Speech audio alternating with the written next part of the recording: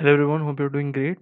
So, this is the article that we wanted to focus on. This article is of 25th February, and let's study थोड़ा सा let's use a lighter note to study this article. तो basically जो हमें समझ में आया इस article में बेसिकली ये कह रहे हैं कि चाइना का जो बेस्ट फ्रेंड था रशिया, उसने कैसे चाइना को ही धोखा दे दिया बाय इन्वेडिंग यूक्रेन। तो basically what they are saying is कि हमें ये पता है कि वेस्ट की पॉलिसी का जो फेलियर था उसकी वजह से रशिया यूक्रेन पे अटैक कर पाया, राइट। रशिया यूक्रेन पे अटैक कर पाया, ठीक है। बट इस आर्टिकल में ये भी लिखा है, एक नया पर्सपेक्टिव मिलता है कि ये सिर्फ वेस्ट का फेलियर नहीं था, ये जी जिनपिंग जो चाइना के प्रीमियर हैं उनकी फॉरेन पॉलिसी का भी एक फेलियर था। ऐसा क्यों हुआ? क्योंकि एक जिस्ट मैं अगर आपको देना चाहूँ तो चाइना जो था वो सपोर्टिंग यूक्रेन, तो चाइना यूक्रेन का भाई बना हुआ था। बट चाइना उससे भी अच्छा दोस्त था रशिया का। मतलब हम ये कह सकते हैं कि चाइना रशिया का भाई था, बट चाइना ने यूक्रेन से भी दोस्ती कर रखी थी। तो रशिया ने जब इन्वेड किया यूक्रेन पे, तो चाइना कहीं का नहीं रहा, ना वो रशिया को मना कर पाया, ना वो यूक्रेन की हेल्प कर पाया। और सिर्फ जो वो कर पाया वो ये था कि उसने वेस्ट को फालतू ही बोला। तो जो उनकी ऑफिशियल चाइना की जो हमारा जो उन्होंने स्टेटमेंट दी थी आफ्टर रशिया इन्वेडेड यूक्रेन, वो सिर्फ वेस्ट को क्रिटिसाइज करने के लिए ही दी थी। तो हमें समझ में आया कि चाइना के पास एक्चुअली कोई पावर ही नहीं बची थी कि वो ना तो रशिया को रोक पाया, ना यूक्रेन की हेल्प कर पाया। सो बेसिकली ये फॉरेन पॉलिसी का फेलियर ही था चाइना के लिए, जो उसके साथ मजाक हो गया इस पूरे वर्ल्ड स्टेज पे। सो हमें अगर ये समझना है तो हमें ये देखना पड़ेगा कि सबसे पहला तो इंटरप्रिटेशन कि रशिया ने चाइना के साथ जो मिले थे ये दोनों, mister Putin and mister ping, तो हमें समझ में आता है कि the photograph of the two standing side by side days before the war, ये एक इंटरप्रिटेशन होगा साइन का कि साइनो रशिया कोलिजन, सीनो रशिया कोलिजन कहते हैं, सीनो रशियन कोलिजन,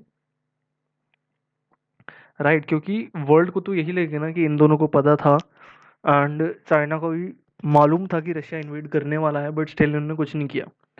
दूसरी चीज़ ये कि grand declarations of the partnership and cooperations were made, कोई रेफरेंस नहीं था कि यूक्रेन का इन देयर जॉइंट स्टेटमेंट, ठीक है।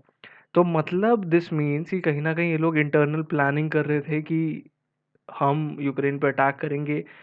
बट हम ये भी नहीं कह सकते, क्योंकि अगर चाइना को पता होता तो वो कम से कम रशिया को रोकने की कोशिश तो करते, बिकॉज अभी आपको आगे पता चलेगा कि चाइना एंड रशिया के टाइज थोड़े से क्लोज थे, मतलब थोड़ा प्यार था इन दोनों में। हमें ये समझना है कि यूक्रेन के प्रेसिडेंट को जी जिनपिंग ने लिखा था कि यूक्रेन एक बहुत ज़्यादा ग्रेट इम्पोर्टेंस है, और चाइना यूक्रेन का एक स्ट्रैटेजिक पार्टनरशिप है, जो चाइना सबको भाई भाई बनाता रहता है, ठीक है। And China diplomats had refer to the Minsk agreement, एक एग्रीमेंट है मिन्स एग्रीमेंट, राइट। एग्रीमेंट की स्पेलिंग मैं भूल चुका हूँ, इस एग्ज़ाम में ऐसे ही होता है, आप इजी चीज़ें भूल जाते हो डिफ़िकल्ट चीज़ें याद करने की कोशिश में।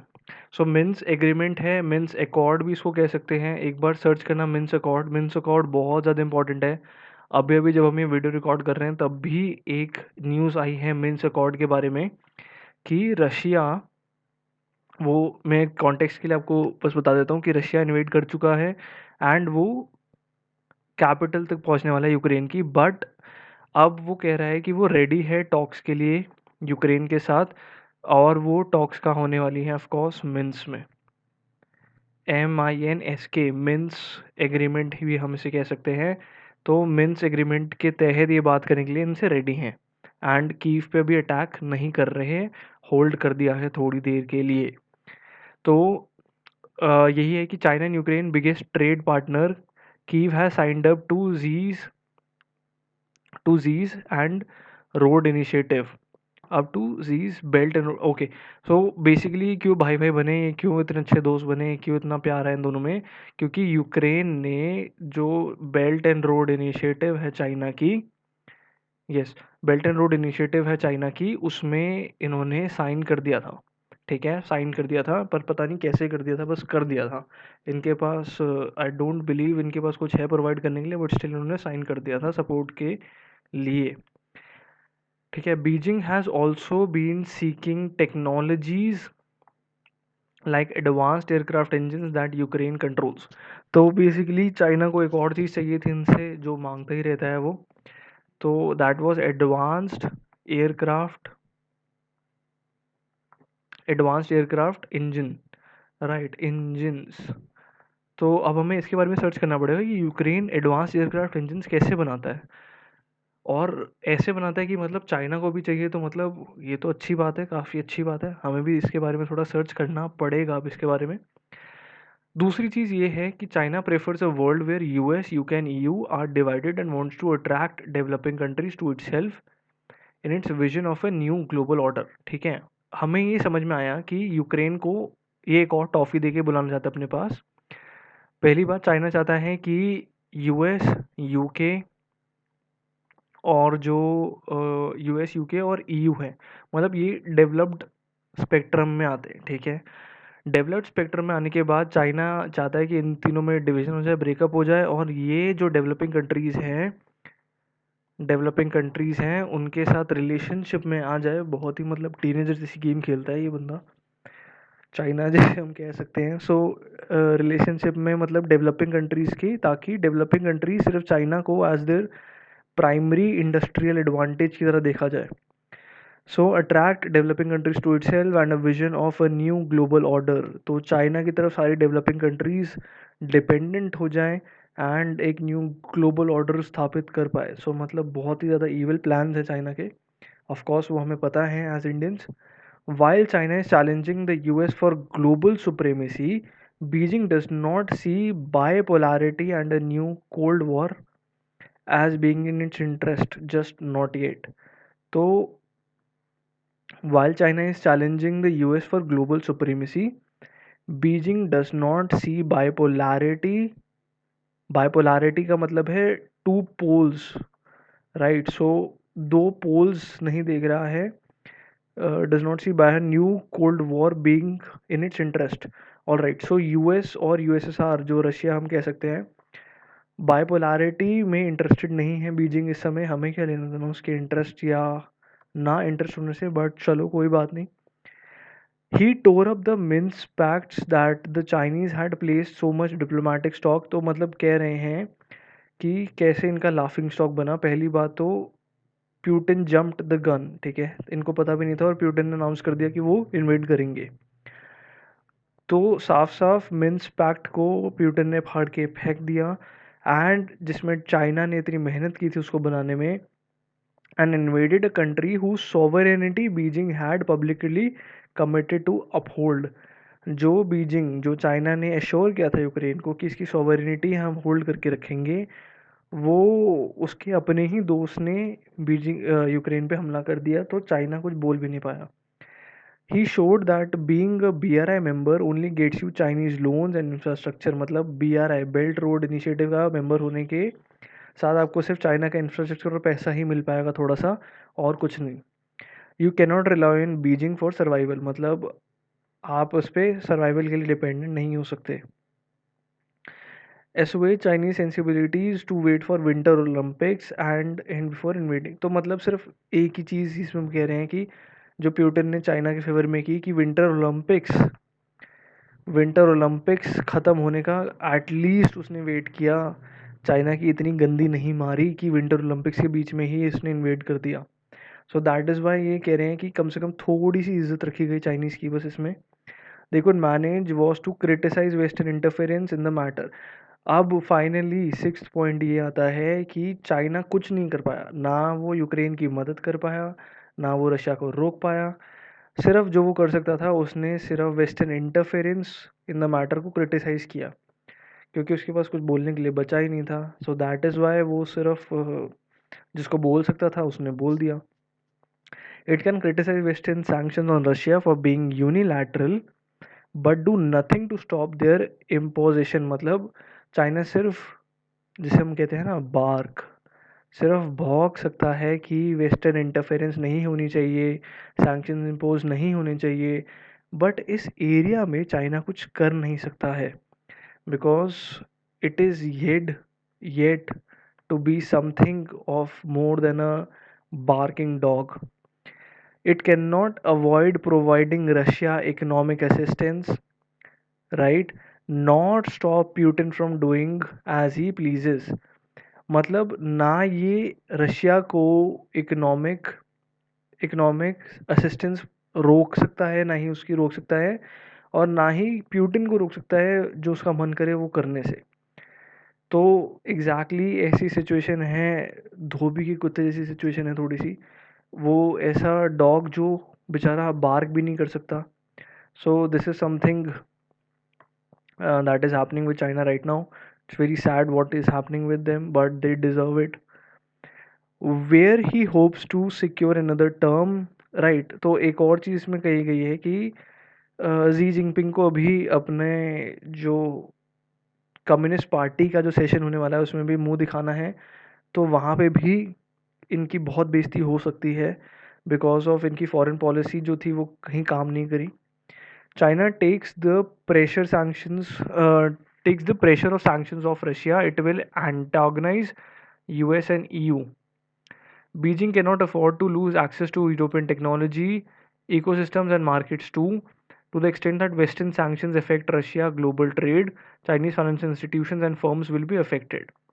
तो बेसिकली मतलब ये कह रहे हैं, थोड़ा सा टफ है ये आर्टिकल, थोड़ा सा पढ़ने में हो सकती है दिक्कत, बट कोई नहीं। ये कह रहे हैं कि चाइना जो है वो प्रेशर हटाने के लिए जो सैंक्शंस अभी लगाए हैं यूएस और ईयू ने, उसमें भी एक्चुअली चाइना ज़्यादा कुछ कर नहीं सकता, क्योंकि चाइना को यूरोपियन यूनियन जो ईयू है उसकी टेक्नोलॉजी और मार्केट चाहिए। ऑफ कोर्स इसे सब कुछ चाहिए ही होता है, ठीक है। दूसरी चीज़, यूएस के अंदर, to the extent that western sanctions affect Russia's global trade, China's financial institutions and firms will be affected. तो ये यूएस की उसमें भी कुछ नहीं कर सकता, क्योंकि इसके फाइनेंशियल इंस्टीट्यूशंस, अपने फाइनेंशियल इंस्टीट्यूशंस खुद बहुत ज़्यादा इफेक्ट हो जाएंगे अगर ये यूएस के सैंक्शंस को डेफर करने की कोशिश करता है रशिया पे। तो बेसिकली ये इस एरिया में भी कुछ नहीं कर सकता जो सैंक्शंस इन्होंने लगाए हैं, और रशिया की हेल्प ये इस सेंस में तो कर ही नहीं सकता। To the extent that China opposes sanctions at the United Nations, other countries will see it abating as an aggressor.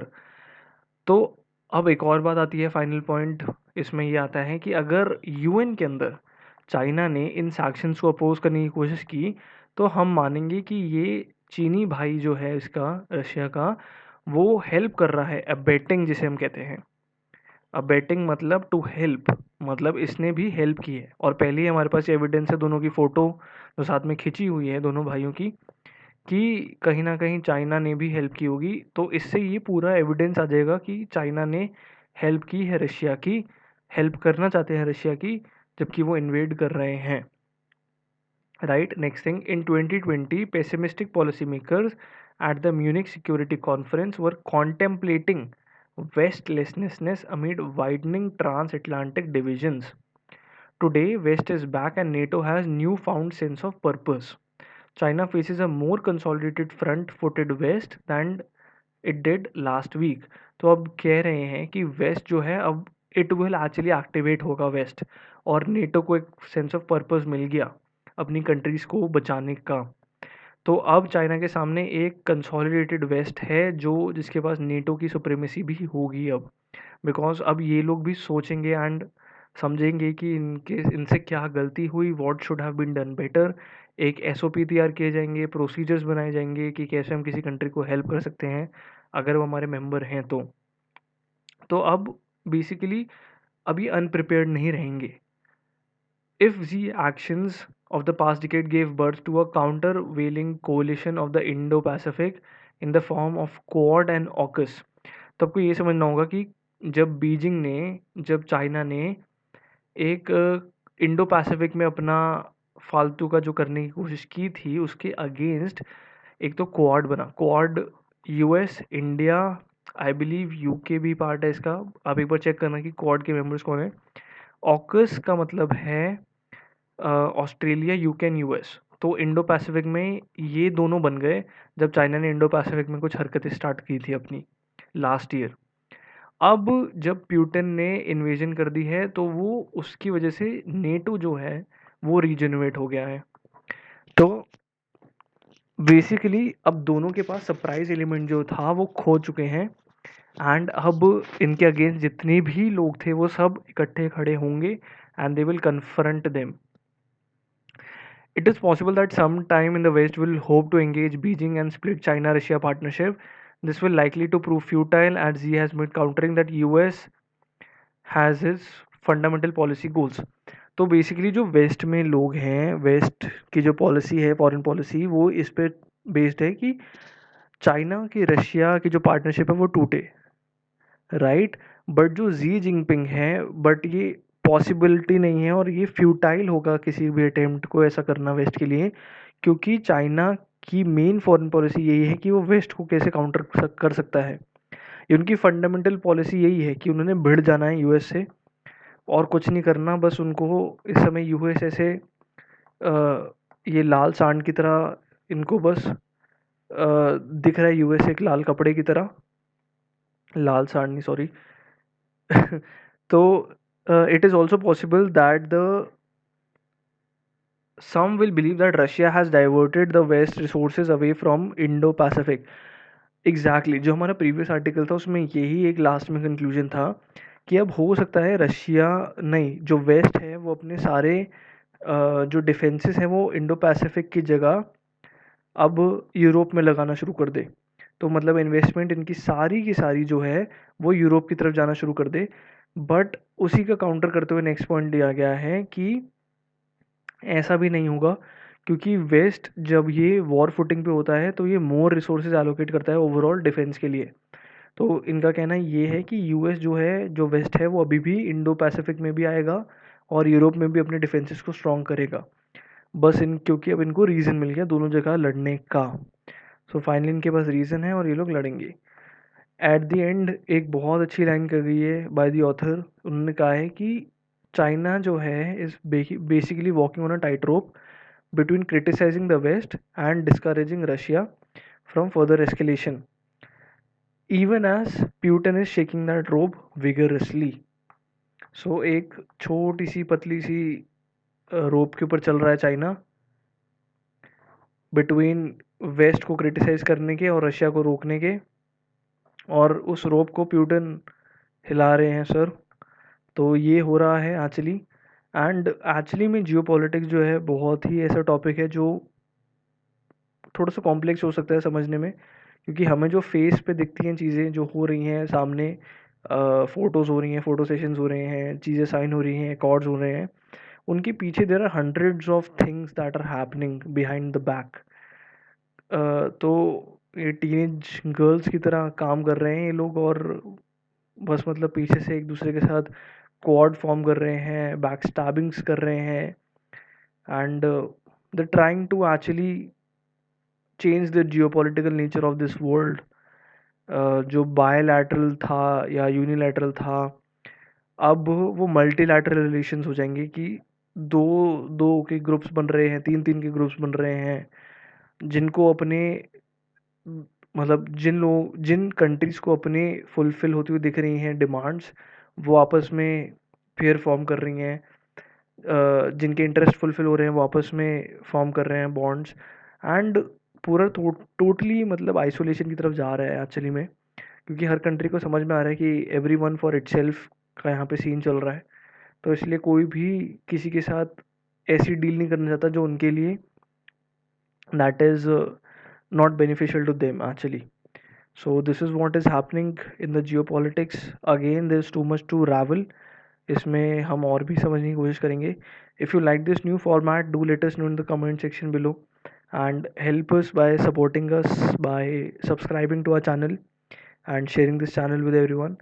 We rely on your support for this. Thank you everyone for staying this long, and all the best for exams. May you do very well in your exams. Thank you everyone.